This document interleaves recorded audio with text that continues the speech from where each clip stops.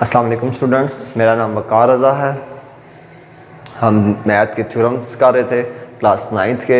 आज हम डिस्कस करेंगे क्लास 9th का थ्योरम 12.1.1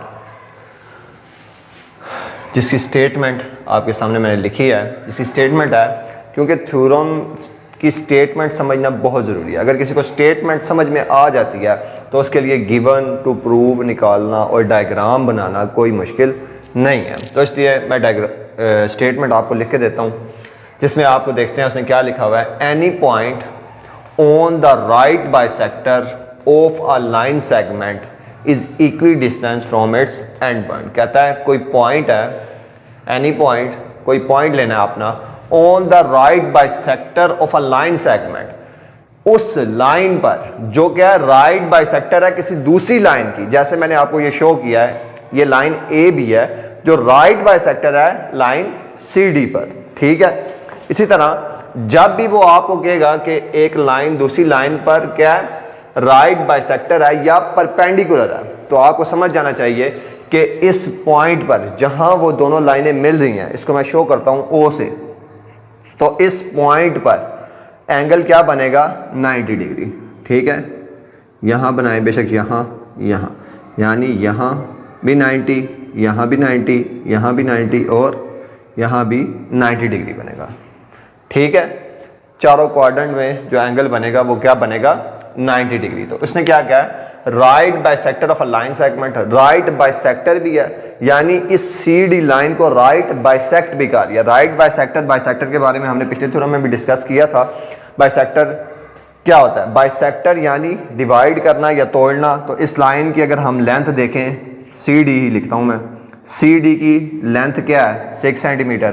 तो जब इसको राइट बाइसेक्ट करेंगे यानी इक्वली बाइसेक्ट करेंगे, इक्वल हम इसको क्या करेंगे बाइसेक्ट करेंगे, तो इसकी लेंथ दोनों साइड की क्या हो जाएगी 3 सेंटीमीटर।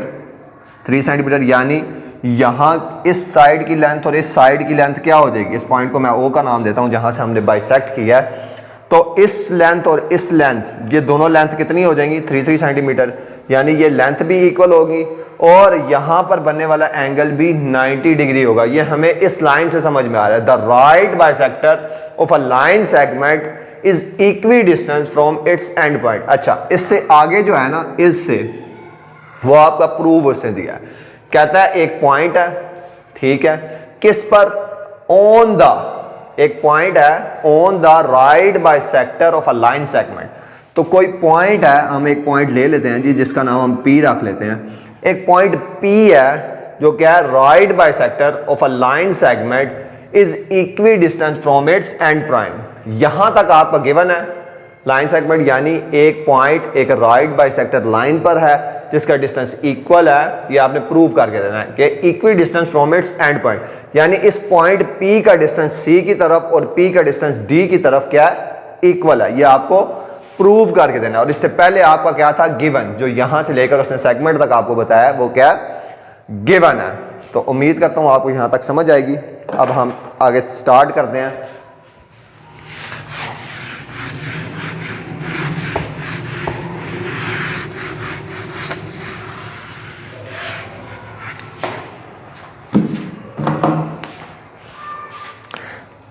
आपकी स्टेटमेंट क्या थी, any point on the right bisector of a line segment. तो आप पहले देखें अपनी स्टेटमेंट से क्या निकाला आपने कि राइट बाइसेक्टर दो लाइंस हैं। तो हम राइट बाइसेक्टर लाइंस बनाते हैं। पहले ये दो लाइन है जी जो आपस में क्या कर रही हैं, राइट बाइसेक्ट कर रही हैं एक दूसरे को। ए बी लाइन और इधर क्या C D line. Any point, फिर उसने क्या है उसके ऊपर कोई भी पॉइंट लें, आप कहीं भी ले सकते हैं इस पॉइंट, इस लाइन पर। तो मैं यहां पे लेता हूं और इस पॉइंट को मैं नाम दे देता हूं P। Any point on a right bisector, ठीक है, ये आपका क्या given is equi distance towards it's and point. और आपको प्रूव क्या करना है, इस एंड पॉइंट तक का डिस्टेंस क्या है इक्वल है। गिवन लिखता हूं मैं, गिवन क्या बनेगा, जो आपको नजर आ रहा है वो सारा आपका क्या गिवन है। देखते हैं इसमें क्या गिवन है।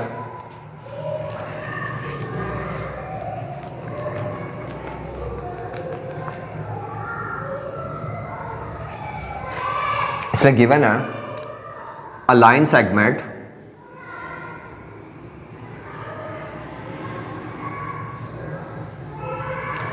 A B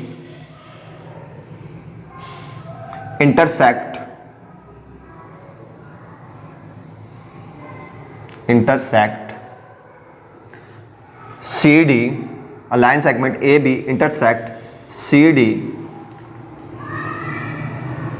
line, align segment AB intersect CD line at point,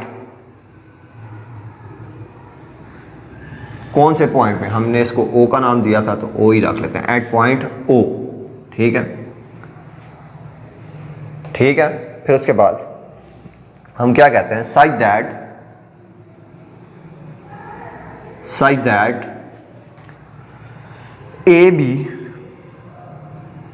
is perpendicular, ये परपेंडिकुलर का साइन है, AB is perpendicular on CD और CO इक्वल या कॉन्ग्रेंट है OD के। ठीक हो गया। और हम कहते हैं टेक अ पॉइंट P लिया है तो take a point P on AB line. ठीक हो गया, यहां तक समझ आ गई। ये तो हमारा था गिवन। अब इससे आगे हमारा क्या है, टू प्रूव। तो टू प्रूव देखते हैं। टू प्रूव हमने क्या करना था कि जो पॉइंट P है इसका डिस्टेंस C तक और D तक क्या है, इक्वल है। तो आप क्या लिखेंगे, P is equidistant towards its end point, I, इसको आप एक और तरह से भी लिख सकते हैं और ऐसे ही आपकी बुक वाले ने भी लिखा है, जो क्या है, P से C तक का डिस्टेंस, PC डिस्टेंस कॉन्ग्रेंट है PD डिस्टेंस। ठीक है, असल में PC और PD मैच नहीं था तो मैंने ये भी एक पॉइंट लिख दिया है कि ये P से लेकर इक्वी डिस्टेंस है एंड पॉइंट तक। ठीक है, उसके बाद ये आपका टू प्रूव आ गया। तो नेक्स्ट हेडिंग क्या है हमारी, कंस्ट्रक्शन इसकी बहुत इजी है, सिंपल सी कंस्ट्रक्शन है। कंस्ट्रक्शन है आपकी ज्वाइन P to C और P to D। Join P to C,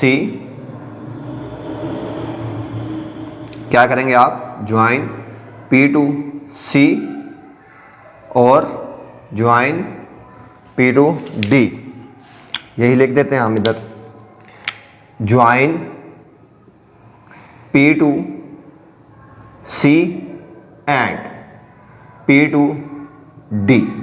ये आपकी क्या है, कंस्ट्रक्शन है। इसके बाद आगे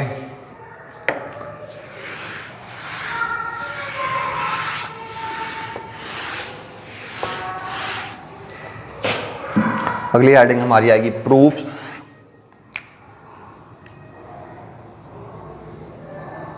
जो सब टू हेडिंग में डिवाइड हो जाती है, क्या, स्टेटमेंट और रीजंस।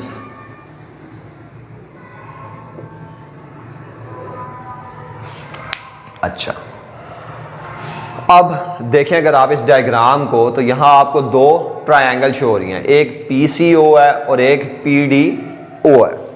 ठीक हो गया। तो आप क्या करेंगे, इन दो ट्रायंगल का कॉरस्पॉन्डेंस ले लेंगे, क्योंकि असल में हमने प्रूव क्या करना था कि PC और PD का डिस्टेंस क्या है, इक्वल है। तो अगर हम ये प्रूव कर लेते हैं कि ये दोनों ट्रायंगल ही आपस में कॉन्ग्रुएंट हैं, तो ये दोनों साइड्स आपस में ऑटोमेटिकली कॉन्ग्रुएंट हो जाएंगी। तो हम लिखते हैं ट्रायंगल PCO या CPO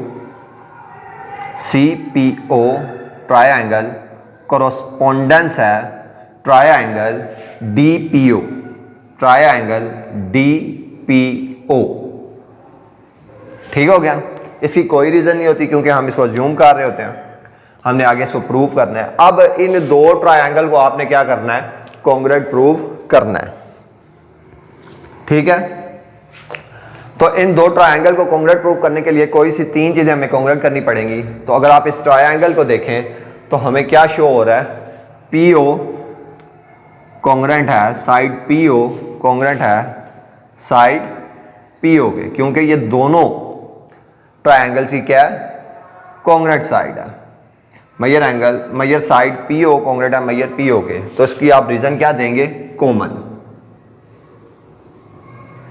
इसके बाद एक और चीज हमने गिवन में बात की थी कि CO साइड कॉन्ग्रुएंट है OD साइड के, तो ये भी लिख लेते हैं, मैयर CO साइड कॉन्ग्रुएंट है मैयर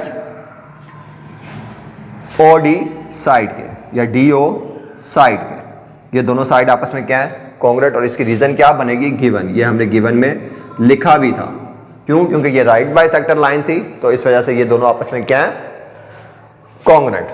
नेक्स्ट एक चीज अगर हम और प्रूव कर लें तो ये ट्रायंगल आपस में क्या हो जाएंगी, कॉन्ग्रुएंट, और हमारा थ्योरम सोल्व हो जाएगा। तो हम लिखते हैं मैयर एंगल POC या COP, मैयर एंगल COP क्या है, कॉन्ग्रुएंट है मैयर एंगल DOP के, मैयर एंगल DOP के।